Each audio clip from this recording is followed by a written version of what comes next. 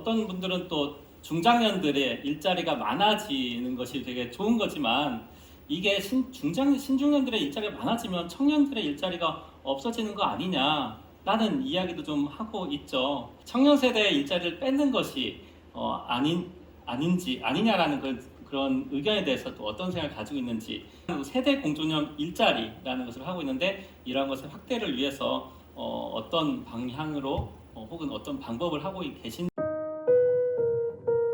아마 정부에서도 그렇고 사회적으로도 사실 신중년을 바라보는 어떤 그 모습이 어떤 수혜를 받는 대상이었는데, 실은 그 지금 두 분의 사업도 그렇고요, 뭐 저희의 어떤 방향도 그런 차원에서 좀 벗어나서 좀 더 앞으로 좀 발전적인 방향으로 가고 있지 않나라는 생각이 듭니다. 그리고 뭐 개인적으로도 그러한 흐름이 좀 더 확산이 되어야 되지 않을까라는 생각이 듭니다. 뭐 사회적으로나 또 이런 당사자들도 그런 것에 대한 생각을 좀 해야 되지 않을까 싶은데요. 관련해서 제가 좀 그 질문을 좀 드리면요. 아마 이러한 개념들이 좀 더 확장되기 위해서는 많은 사람들의 공감이 이루어져야 된다고 생각합니다. 뭐 특히 이제 뭐 청년 세대들도 그렇고요, 또 정부도 그렇고요. 근데 사실 어떤 분들은 또 중장년들의 일자리가 많아지는 것이 되게 좋은 거지만 이게 신중년들의 일자리가 많아지면 청년들의 일자리가 없어지는 거 아니냐라는 이야기도 좀 하고 있죠. 사실 그렇게 되면 이러한 그 방향성이 좀 많이 확산되는데 좀 지장이 있을 거라고 생각하는데요. 그런 부분에서 좀 제가 대표님한테 좀 질문 드리고 싶습니다. 그 청년 세대의 일자리를 뺏는 것이 아닌지 아니냐라는 그런 의견에 대해서 또 어떤 생각을 가지고 있는지, 그리고 또 우리 회사는 세대 공존형 일자리라는 것을 하고 있는데 이러한 것의 확대를 위해서 어떤 방향으로 혹은 어떤 방법을 하고 계신지 말씀 부탁드리겠습니다. 네, 뭐 단기적으로 볼 적에는 뭐 청년 일자리를 뺏었던 측면이 뭐 없지 않아 있겠다고 생각을 합니다. 그런데 중장기적으로 봤을 적에는 이제 그 청년들의 일자리 중에서 그 청년들이 어떤 미래하고 이렇게 연결되지 않기 때문에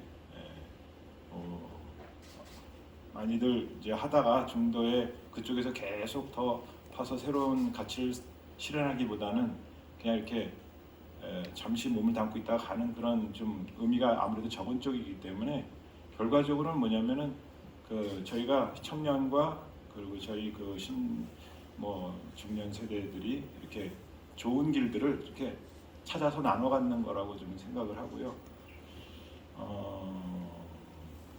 그다음에 또 두 번째 질문이 뭐였죠? 네, 그 세대 공존형 일자리를 확대하는 어떤 방향이나 방법에 대해서 여쭤봤습니다.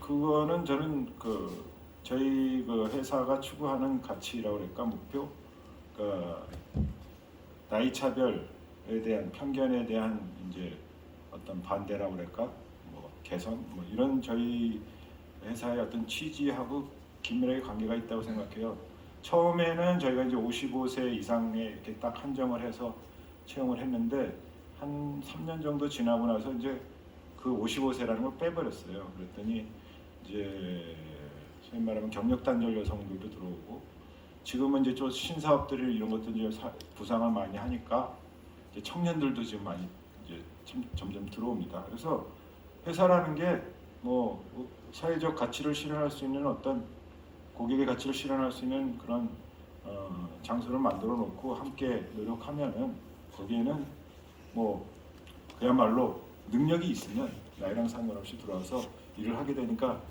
회사라는 것 자체가 저는 뭐 그게 바로 세대 공존형, 세대 통합형일 수밖에 없고 또 그래야만 한다, 그렇게 생각하고 저희가 지금 일부 실천을 하고 조금만한 어떤 모델이 됐다고 생각을 합니다.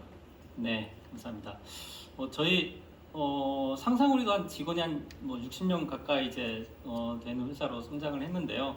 한 절반 정도가 중장년분들이고 한 절반 정도가 한 청년인 것 같습니다. 근데 저희가 사실 중장년분들을 채용했을 때는 저희 회사의 어떤 가치 때문에 채용한 거는 아니고요. 실제로 일을 충분히 할 수 있고 또 청년들과의 일에 어떤 구분이 있기 때문에 뭐 채용을 했고요. 또 대표님도 그런 차원에서 그런 세대 공존형 일자리를 좀 활성화시키고 있다라고 생각을 합니다. 아마 사회적으로 그런 것들이 더 많이 홍보돼야 되지 않을까 싶고요.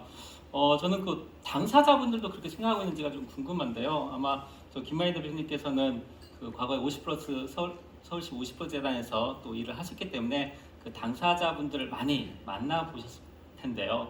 실제 당사자분들도 이렇게 사회의 어떤 주체적인 입장에서 사회 문제를 해결하는 주체적인 입장에서도 생각을 실제 하고 계신지 또 그런 분들이 좀 있으신지 궁금합니다. 사실 이제 신중년이라고 그러면 이제 정부에서 50에서 뭐 69세로 이제 행정용어로는 그렇게 쓰이고 있긴 한데 물론 이제 서울시 50플러스 재단에 찾아오시는 분들은 지금 오늘 뭐 우리가 얘기 많이 하는 약간 액티브 시니어 분들이 더 많으시죠. 물론 우리가 신중년을 더 이렇게 세분화해서 얘기할 수도 있겠습니다만 이제 지금 우리가 얘기하는 약간 그런 액티브 시니어나 이런 분들은 지금 질문하신 그런 내용을 되게 강하게 갖고 있다고 보는 게 맞는 것 같습니다.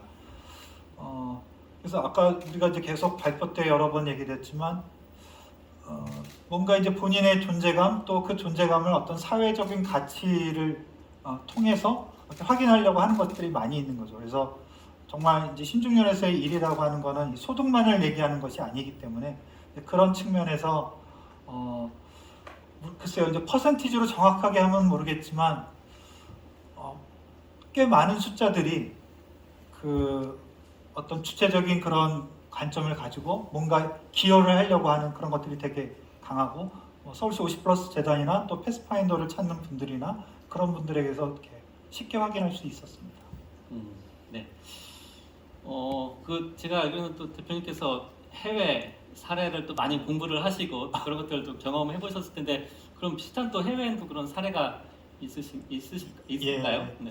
뭐 당연히 어떻게 보면 우리보다 더 고령화가 먼저 진행이 되었기 때문에 미국 같은 경우에는 또 그 베이비부머 세대가 되게 두껍고 또 우리보다 먼저 시작하지 않았습니까?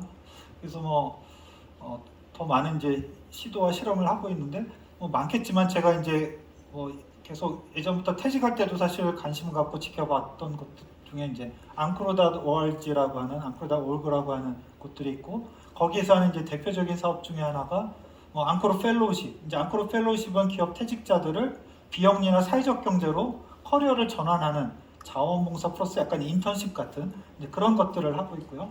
또 이제 그 이후에 진행한 것이 제너레이션 투 제너레이션으로 해서 어떤 이 신중전 세대가 청년들 또는 그 우리 위에 어르신 세대를 이렇게 이어주는 그런 역할들을 하는 거죠.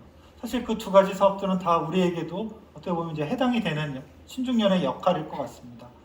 그리고 이제 한 가지만 더 좀 그 해외 사례 관련돼서 말씀드리면 좀 몇 년 됐긴 했습니다만 그런 고민을 많이 하는 것 같아요. 이런 신중년들의 이슈를 이제 기업의 어떤 그 민간 자원과 결합해서 이제 하는 경우도 많은데 그거를 CSR이라고 그러죠. 이제 기업 사회공헌의 어떤 예산을 가지고 할 거냐, 아니면 이걸 HR의 예산을 가지고 할 거냐 하는 이제 그런 고민들이 많이 좀 얘기가 됐던 것 같아요. 아까 말씀드린 앙코르 펠로우십도 어떤 기업에서는 CSR 차원에서 하기도 하지만 인텔 같은 경우에는 HR 차원에서 회사의 어떤 제도로 진행하는 거죠. 그러면서 이제 자기네들끼리 그런 고민을 하게. 근데 여전히 이제 HR의 혁신이 필요하다는 얘기를 합니다. 저는 이제 그게 우리나라에서도 좀 적용이 되지 않나 싶어요. 그래서 바라기는 이게 이제 좋은 일이니까 CSR에서 하는 것도 있겠지만 어떻게 보면 우리의 그 커리어의 자연스러운 패스가 이렇게 흘러가면 HR에서도 이 사람들을 이제 그냥 문제없이 내보내는 것만이 다가 아니라 이 사람들이 나가서 우리가 몇십 년 동안 키웠던 이 인재들이 사회에 조금 더 밸류를 창출하는 그렇게 좀 도와줄 수 있는 그런 HR 시스템이 조금 더 이제 필요한 것 같아요. 근데 미국도 사실은 이제 그게 아직은 계속 논란이 되고 있지만 우리도 앞으로는 조금 더 이제 좋은 일이니까 하는 것도 있지만 정말 우리가 필요해서 사회가 필요로 하기 때문에 이 신중년을 좀 HR 관점에서 제도적으로 그렇게 하면 좋지 않을까 이제 그런 두 가지 좀 포인트를 많이 느꼈던 것 같습니다. 네, 뭐 관련된 일을 하는 그 회사의 대표로서 무척 공감이 되고 있습니다. 그리고 오늘 주제인 이 신중년의 일이 단순한 어떤 사회 복지 차원에서 일이 아니라 어떤 새로운 가치를 만들어내는 그런 차원이라는 것이 좀 더 확장이 되고 확산이 된다면 아마 기업에서도 이런 HR 차원에서도 접근을 더 많이 하지 않을까 싶습니다. 그 우리 대표님한테 여쭤보고 싶은데요. 사실 저 에버영 코리아라는 회사에 대해서는 익히 저도 알고 있었는데 오늘 이제 발표를 보면서 뭐 경쟁 채용 경쟁 입사 경쟁률이 80대 1. 네. 그거 보고 깜짝 놀랐습니다. 그리고 제가 되게 의미 있는 아까 단어를 제가 손에다 써놨는데요. 신중년 우대 기업이 아니다. 그리고 우리는 신중년에 지원하는 기업이 아니다라는 얘기가 저는 되게 인상 깊었습니다. 실제 우리 에버영 코리아 같은 회사가 더 많이 만들어져야 되지 않을까라는 생각을 하는데요. 이렇게 하기 위해서 좀 민간 차원에서 어떻게 하면 그러한 회사가 우리 훌륭한 회사 같은 훌륭한 회사들이 더 많이 생길 수 있을까요? 굉장히 심오한 질문이신데요.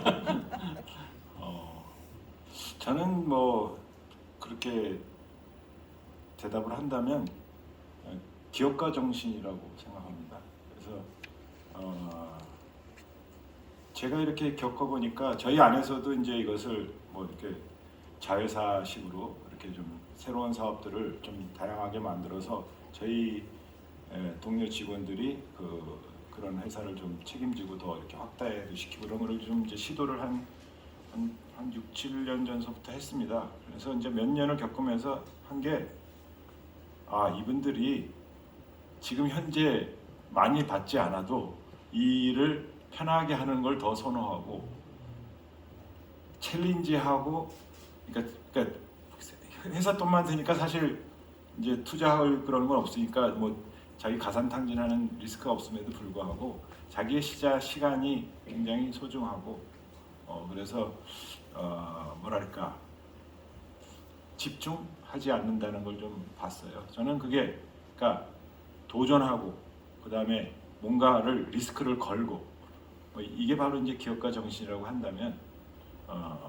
당연히 뭐 신중년, 시니어 이런 분들도 뭐 포함해서 이런 젊은이들이 더 많이 갖고 있다고 생각이 드는 그 기업가 정신을 좀 강화해야 된다. 그렇게 대답을 하고 싶습니다. 네, 감사합니다.